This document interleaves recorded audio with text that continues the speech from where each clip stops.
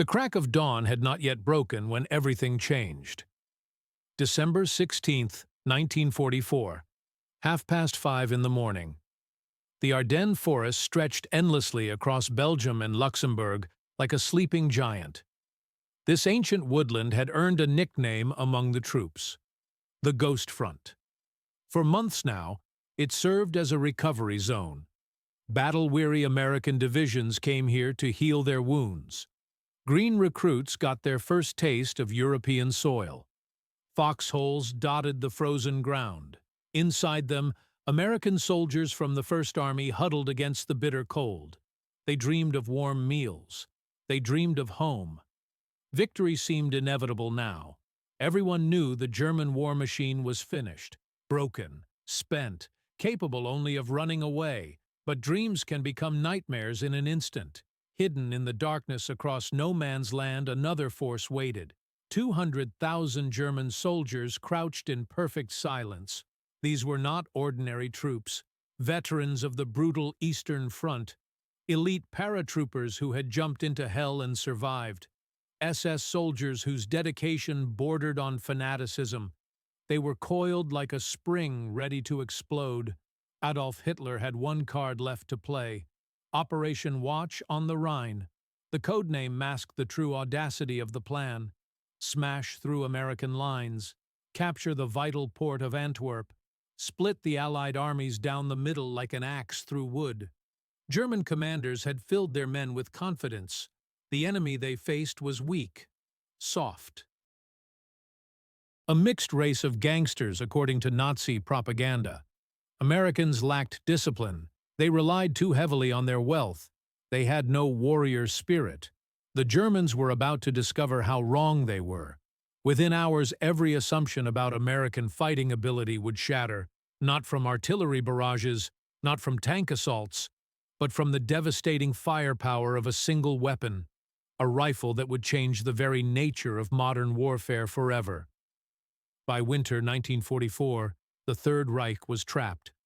Massive steel jaws were closing from both directions. Soviet armies ground westward toward the fatherland like an unstoppable machine.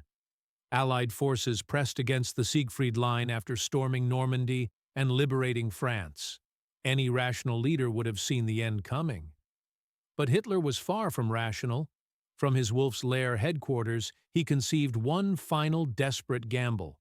Germany's last strategic reserves would be gathered: elite panzer divisions, newly formed Volksgrenadier units, the best equipment still available, all of it thrown into one massive surprise attack on the Western Front. His logic was twisted, but cunning. The alliance between democratic nations and communist Russia was unnatural, fragile. A devastating blow might crack it wide open. If British and American armies could be encircled and destroyed, they might negotiate a separate peace. Then Germany could turn full attention to the existential threat in the East. The Ardennes was chosen for good reason. These same dense forests and steep hills had witnessed German panzers storming through in 1940. They had outflanked the Maginot Line and brought about France's collapse. Allied High Command considered the region nearly impossible for large-scale armored operations, especially during one of Europe's harshest winters. That assumption made the 80-mile sector the most thinly defended part of the entire Western Front. A dangerous mix held the line. Exhausted divisions licked their wounds alongside brand-new units, like the 106th Infantry Division. These men had barely stepped off their transport ships. Allied intelligence was overconfident, preoccupied with their own offensive plans. Warning signs were missed completely. Terrible weather kept reconnaissance planes grounded. They never spotted the massive buildup hiding in the forests. The plan was retitled Autumn Mist. Sepp Dietrich's 6th SS Panzer Army would strike north toward Antwerp. General Hasso von Manteuffel's 5th Panzer Army would protect the flank and drive toward Brussels. December 16th before dawn, thousands of German soldiers moved into position like ghosts. Quiet confidence settled over their ranks. They were veterans, warriors who understood the art of attack, swift violence through fire and maneuver. They were about to face an enemy they had been taught to despise. German perception of American soldiers in 1944 was a toxic mixture of arrogance and propaganda. Nazi ideology portrayed Americans as decadent people, racially mixed, more interested in jazz music and Hollywood movies than martial virtues. Early war encounters seemed to prove this theory. Kasserine Pass in 1943 had been a disaster. Inexperienced American troops were badly mauled by Rommel's Afrika Korps veterans. This reinforced German beliefs about enemy weakness. Officers noted that American troops lacked proper camouflage discipline. They bunched up, making themselves easy targets. They seemed overly dependent on material advantages. Artillery and air power did their fighting for them. Post-war interviews with German veterans reveal consistent themes. Man for man, they felt superior as soldiers. Americans only won through overwhelming superiority in tank shells and bombs. This mindset was deeply connected to the weapon each German infantryman carried: the Karabiner 98 Kurz, the Kar 98K. This was more than just a rifle. It symbolized proud Prussian military tradition. Adopted in 1935, the Kar 98K represented the pinnacle of Mauser bolt action design, a system famous for strength, reliability, and deadly accuracy. Trained marksmen could make this weapon sing. German soldiers drilled endlessly with their Kar 98K. Firing became a practiced, deliberate rhythm. Fire, work the bolt up and back, push forward and down, reacquire the target, fire again. Skilled riflemen managed about 15 aimed shots per minute. The 5-round internal magazine was fed with stripper clips. But this very proficiency created a specific tactical doctrine. German squad firepower centered not on riflemen, but on the machine gun. The terrifying MG-42, Hitler's buzzsaw, its blistering 1,200 round per minute rate of fire could cut men in half. Riflemen supported the machine gun, protected its flanks, carried ammunition for it. Kar 98s were for picking off targets. The MG-42 did the real killing. This was the established order of infantry combat as Germans understood it. Attacks would be met by staccato machine gun bursts. Slower, sporadic cracks of bolt-action rifles filled the gaps. A rhythm they knew, a tempo they could read and counter. They believed American squads followed similar organization. They were fatally mistaken. While Germany perfected weapon systems born in the 19th century, America was leaping into the 20th. The decision to equip the entire army with semi-automatic rifles as standard issue was one of the most audacious military gambles in modern history. The weapon that made this possible was the U.S. rifle caliber .30 M1, known simply as the Garand. John C. Garand was a quiet, methodical genius, a civilian engineer working at Springfield Armory. He spent 20 years perfecting his design, trying to solve a fundamental problem that had plagued infantry since gunpowder was invented. Bolt-action rifles were accurate but slow. They forced soldiers to break their aim with every single shot. Semi-automatic action, using the gun's own energy to eject spent casings and load fresh rounds, would dramatically increase rate of fire. After years of painstaking refinement, Garand's gas-operated design was formally adopted January 9, 1936. The United States became the first and only nation to adopt semi-automatic rifles as standard infantry weapons. Many in Europe's traditional military circles saw this as reckless. Semi-automatics were more complex, more expensive. They would encourage ammunition waste. America's industrial base could never produce such weapons in quantities needed for major war. They underestimated the arsenal of democracy. M1 Garand production was a story of industrial might unleashed. As the nation mobilized Springfield Armory and Winchester, repeating arms transformed into manufacturing powerhouses. Methods were streamlined. Specialized machines performed hundreds of precise cuts and drills. The workforce itself was revolutionized. By 1943, an incredible 43% of workers building this quintessential American battle rifle were women. At peak production, the armory churned out nearly 4,000 rifles daily. Germany's own semi-automatic attempt, the Gewehr 43, was plagued with problems. Total production reached only 400,000 for the entire war. M1 Garand wartime production hit 5.4 million units. By December 1944, roughly 4 million had already been fielded. Mass production brought another benefit: simplified training. Recruits could learn to effectively operate and maintain the M1 in mere weeks. This was a weapon designed for citizen armies, to make ordinary men extraordinarily effective, extraordinarily quickly. In GI hands, the M1 Garand weighed 9.5 pounds. It fired the powerful .30-06 Springfield cartridge. But its most distinctive feature was the feeding system. 8 round-on-block clips inserted as single units into the magazine allowed remarkably fast reloading.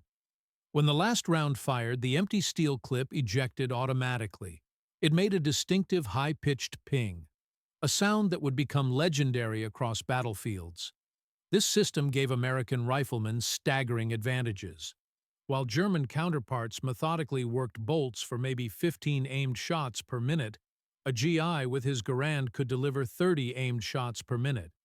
Even more in close quarters, firefights.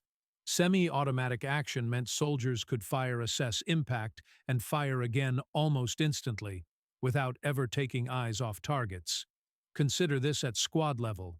German squads had 1 MG-42 machine gun and 9 riflemen with bolt-action Kar 98Ks. American rifle squads were symphonies of semi-automatic fire. 1 Browning automatic rifle and 11 riflemen each armed with semi-automatic M1 Garands. This wasn't marginal difference. It was complete redefinition of infantry firepower.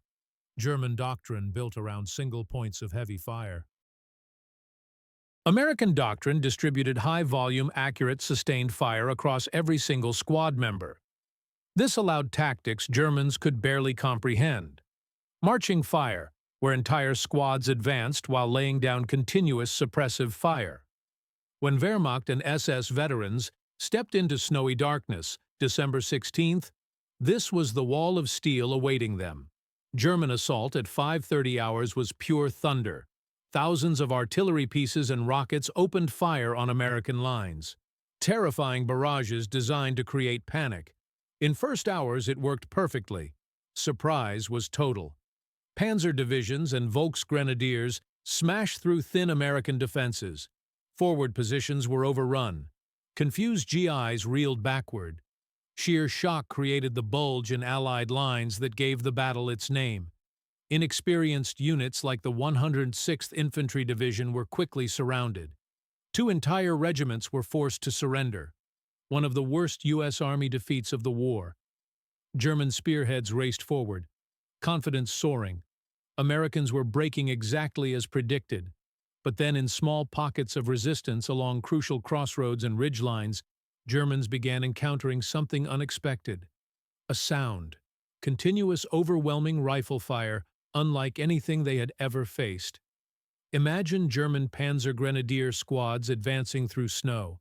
They moved with practiced skill, expecting to draw fire from American machine guns.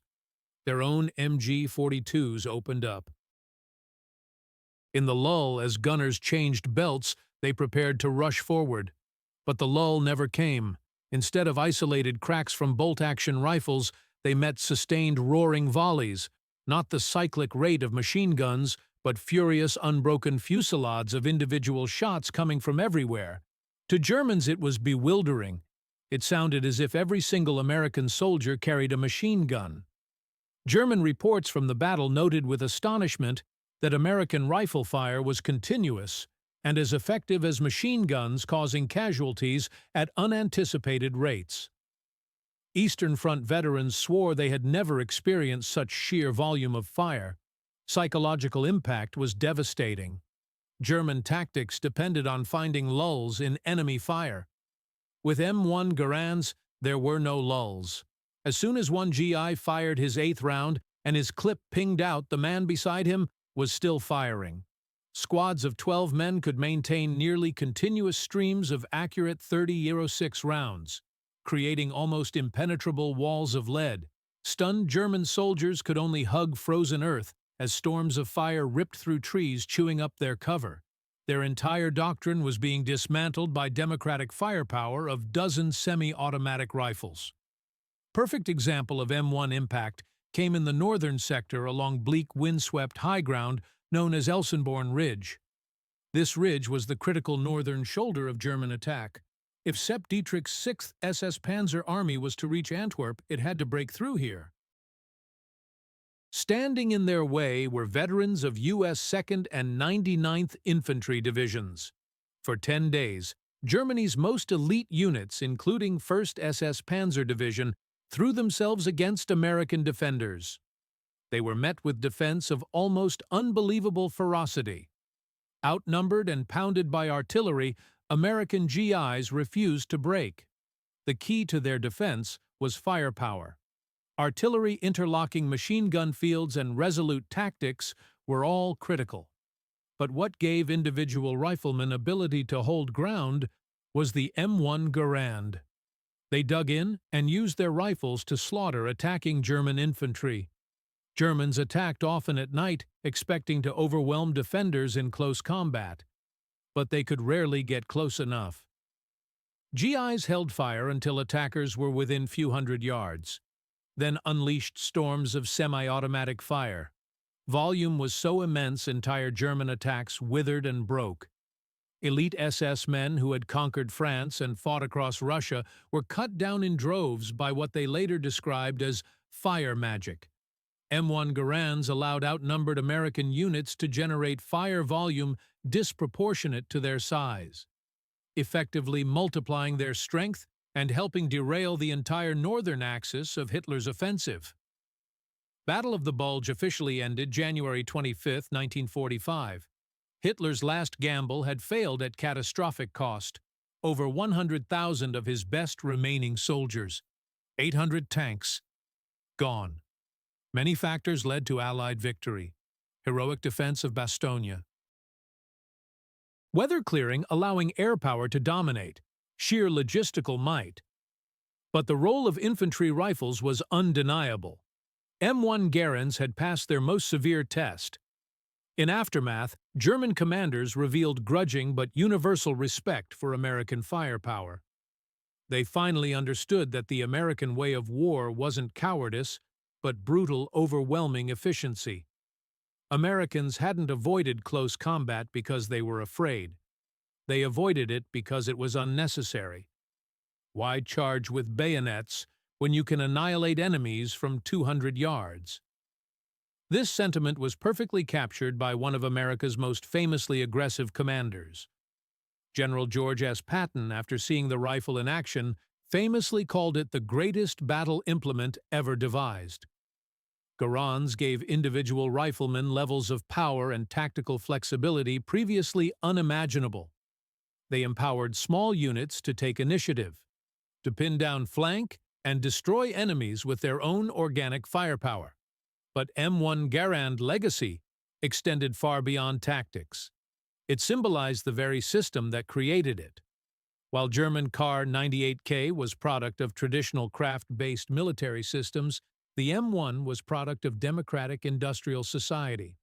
It was designed for mass production by mobilized civilian workforces, built to give average citizen soldiers decisive edges.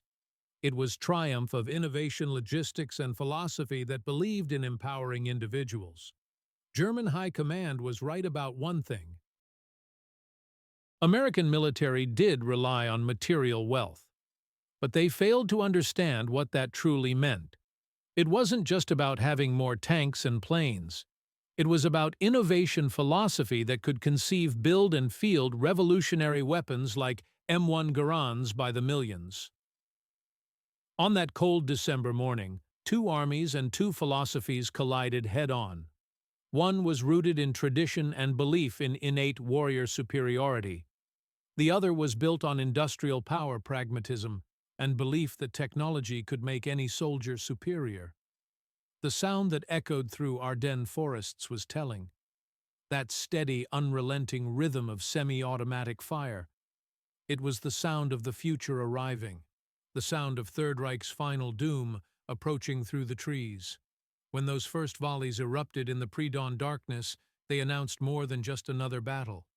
They proclaimed the end of an era when individual warrior skill and traditional tactics could overcome technological and industrial superiority. The ping of empty clips ejecting became a death knell, not just for German soldiers caught in that withering fire, but for an entire way of thinking about warfare itself. In foxholes and behind hastily constructed barricades, American GIs discovered what their weapon could do. What they could do. Farm boys from Iowa, factory workers from Detroit, college students from California, all transformed into instruments of devastating firepower. Each squeeze of the trigger sent 30.06 rounds downrange at 2,800 feet per second. Each clip held 8 chances to change history. Each rifle represented American industrial might, made manifest in walnut and steel. German soldiers who survived those first encounters spread word through their ranks. The Americans weren't fighting like they expected. This wasn't the hesitant, poorly disciplined force Nazi propaganda had described. These men fired with purpose, with devastating accuracy, with relentless determination that seemed to increase rather than decrease under pressure. Night attacks that had worked against Soviet forces in the east were met with walls of semi-automatic fire that lit up the darkness like deadly fireworks. Dawn assaults were stopped cold by concentrated volleys that seemed to come from everywhere at once. The mathematics of combat had changed fundamentally. German machine guns could lay down impressive volumes of fire, but they were point sources, concentrated, predictable. American rifle squads distributed their firepower across 12 positions simultaneously. Suppressing one American rifleman meant 11 others were still shooting. Flanking one position meant walking into crossfire from multiple directions. The old tactics of finding gaps in enemy fire and exploiting them simply didn't work anymore. Weather that December was brutal even by European standards. Snow fell constantly. Temperatures dropped well below freezing. Visibility was often measured in yards rather than miles, but M1 Garands functioned flawlessly in conditions that jammed other weapons. German soldiers found their bolt actions sluggish in extreme cold. Metal contracted. Moving parts seized. Ammunition became unreliable. Meanwhile, American GIs kept up steady rates of fire that seemed unaffected by Arctic conditions. This reliability became legendary among troops on both sides. Stories spread of Garands functioning perfectly after being dropped in mud buried in snow or soaked by freezing rain. The robust gas operating system that John Garand had perfected proved itself under the worst possible conditions. Supply lines told their own story of changing warfare. German units carried limited ammunition for their bolt-action rifles. Their doctrine emphasized careful aimed fire, conservation of rounds, precision over volume. American supply trains brought forward mountains of 30-06 ammunition, 8-round clips by the thousands. The philosophy was simple. Superior firepower wins battles. Why conserve ammunition when you can overwhelm the enemy completely? This abundance allowed American units to fight in ways that would have been impossible with bolt-action weapons. Suppressive fire could be maintained for extended periods. Covering fire for advancing troops was continuous rather than sporadic. The sound signature of battle itself was changing. Instead of the traditional crack-pause of bolt-action duels, the Ardennes echoed with sustained fusillades that seemed to go on forever. Veterans of earlier campaigns noticed the difference immediately. Company commanders reported that German attacks were being stopped at much greater distances. Enemy forces were taking casualties before they could close to effective range for their own weapons. Medical units saw the results in wounded German prisoners. Multiple bullet wounds were becoming common. Evidence of the concentrated firepower American squads could now deliver. Single German soldiers were being hit by several different riflemen simultaneously. Intelligence officers studying captured equipment found German weapons in excellent condition. Their Kar 98Ks were well maintained and accurate. But condition didn't matter when rate of fire was the decisive factor. The training differences became apparent during prisoner interrogations. German soldiers had been drilled extensively in marksmanship. They could put rounds exactly where they wanted them. But they had never encountered enemy forces that could put 8 rounds downrange in the time it took them to fire 2. American training had emphasized different skills: speed of target acquisition, rapid reloading, sustained fire techniques. Combat in the Ardennes proved that these skills were exactly what modern warfare demanded. Communications between German units revealed growing concern about American firepower capabilities. Field commanders requested reinforcements not because they were outnumbered, but because they were outgunned at the individual soldier level. Reports flowed up the chain describing American rifle fire as machine gun-like in intensity. German officers struggled to explain how small American units were generating such overwhelming volumes of accurate fire. The psychological warfare aspect was equally important. German soldiers had been conditioned to expect certain patterns of enemy resistance. When those patterns changed dramatically, it created confusion and doubt that spread through their ranks. Morale began suffering as word spread about the devastating effectiveness of American rifle fire. Veterans who had survived countless battles on the Eastern Front found themselves facing something entirely new and terrifying. Unit cohesion started breaking down under the constant pressure of semi-automatic fire. German squads that had functioned effectively for years found their tactics obsolete almost overnight. The Battle of the Bulge became a laboratory for testing theories about infantry combat.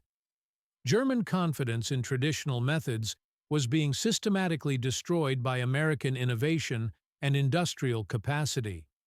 Supply officers noted interesting patterns in ammunition consumption. American units were using far more rifle ammunition than expected, but achieving better results than historical data suggested possible.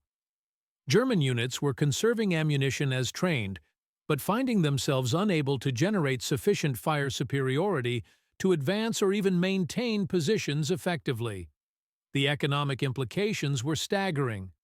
Germany was producing highly sophisticated weapons in limited quantities using skilled craftsmen and expensive materials. America was mass-producing effective weapons using assembly line techniques and readily available resources. Each M1 Garand represented American ability to outproduce as well as outfight German forces. The rifle was symbol of industrial democracy's advantage over traditional military systems. Combat effectiveness reports showed dramatic improvements in American small unit performance. Squads that previously required support from heavy weapons were now capable of independent action against superior numbers of enemy troops. This tactical flexibility allowed American commanders to deploy forces more aggressively. Small units could hold key positions that previously required company-strength defenses. The Battle of the Bulge proved that technological innovation could overcome traditional military advantages. German tactical skill and combat experience became less important than American firepower and industrial capacity. When the battle finally ended in January 1945, military analysts began studying the lessons learned. The role of individual weapons in determining combat outcomes had been demonstrated beyond question. M1 Garand had proven itself as more than just another rifle. It was force multiplier that transformed average soldiers into highly effective combat units. The weapon had literally changed the nature of infantry warfare. German respect for American fighting ability increased dramatically after the Ardennes campaign. They finally understood that American military effectiveness was based on sound principles, rather than mere material superiority. The ping of ejecting clips had become the sound of victory, not just in one battle but in the larger struggle between different philosophies of warfare itself.